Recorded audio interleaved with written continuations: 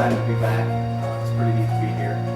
We're going to talk about just a few different things, give you a general overview of our philosophy of fear. I guess kind of the science behind how to scare people. Talk about a little of that stuff, and then we're going to do some hands-on. The school that we teach, we break it down into the laws of fear. We've got 5 of them. Mind games, we have 3 of them, and brain seeds. Those are the 3 general ideas.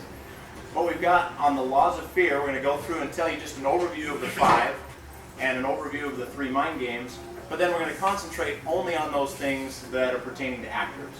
A quick overview of the laws of fear. We developed these after about, let's see, we started in 1982 and it was about 1998 before we started realizing we had some science behind what we were doing. The 5 laws of fear that we discuss, and we're going to go into more, first is remove the comfort zone. We've brought with us Super scary. the scariest props that we could muster together. The glitter hula hoop of death. Terrifying.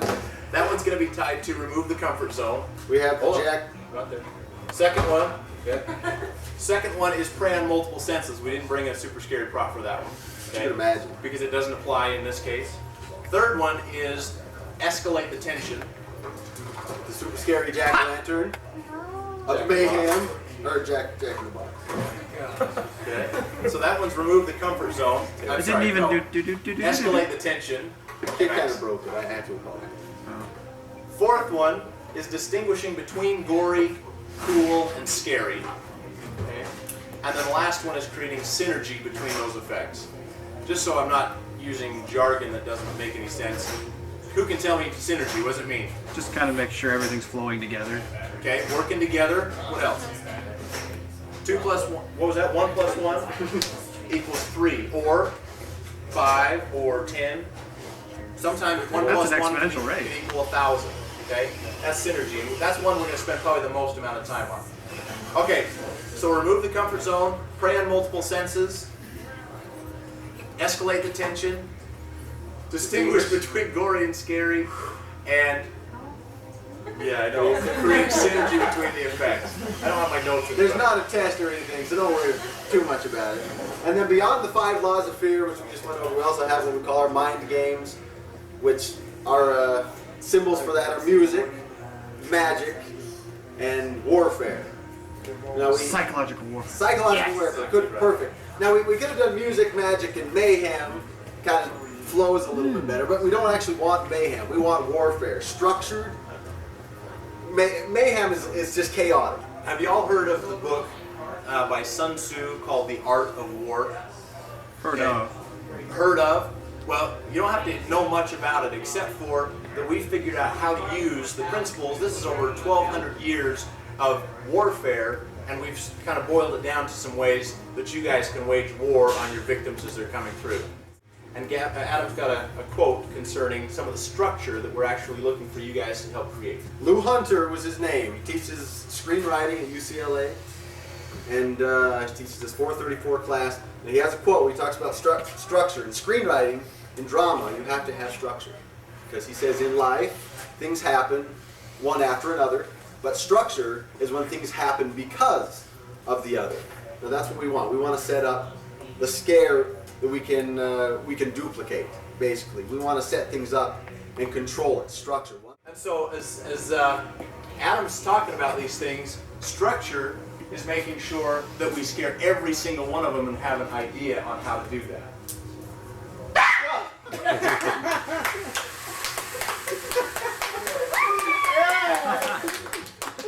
Good night, everybody. That was the lesson. Thank you. We're fair game. Anytime it's all walls, fair. it's fair game. All right, I need a volunteer. In the pink.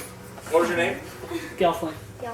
Gelfling. Just don't worry about it. I'm with you. It's all right. All right, I want you to put on the hula hoops. All right. What you're seeing here is this is Gelfling's comfort zone. All right. Nope. Well, actually, if you really were to create it correctly, most people, I want you to imagine this circle going around, and then there's another circle that's about here, and then there's another circle out about here, about 12 feet out.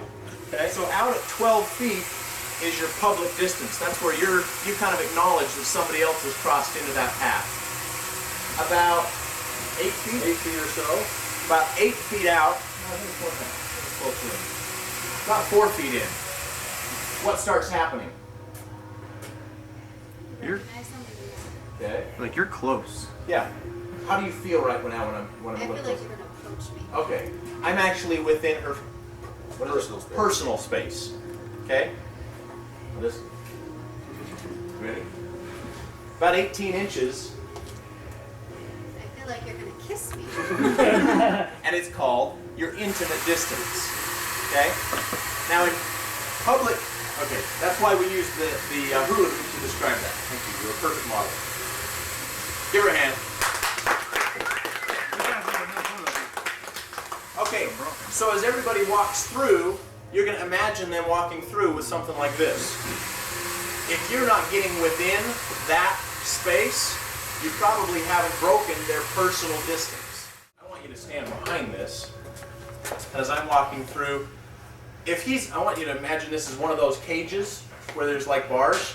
If you're behind something with bars, I can get up right in a little bit closer and it doesn't make me feel as uncomfortable. Why? So barriers, they're not really good. You've got to figure out something to do to get rid of barriers. Removing comfort zones are distance, how far away you are, direction, what direction you are, and barriers. What barriers are in the way? What are some other barriers? Think. What's one of the biggest barriers that everybody coming through is going to bring with them? Boyfriend. Boyfriend. That's exactly right. Boyfriend or the girlfriend is one of the big ones. How do we remove it? Scare them away from each other. Okay, scare them away from each other. How do you do that? They're walking in like that. behind the girl. Instead of going straight to the guy, walk inside and go straight to the girl. Come on. Yeah. Well, So- you could just scare them. The girl will run off 12 feet away, and the guy will be like, "Where'd you go?" Okay, I just heard a couple things. One was come around behind them. Okay, come on up. Come on up. Okay, you're both the actors. You're both the actors, and this is my boyfriend. Okay. Not for long. Okay. Yeah. Okay. Now, what do I have to do in order to get over there?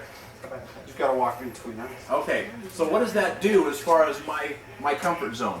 It puts you're boxed in at least 3 ways out of 4. Good.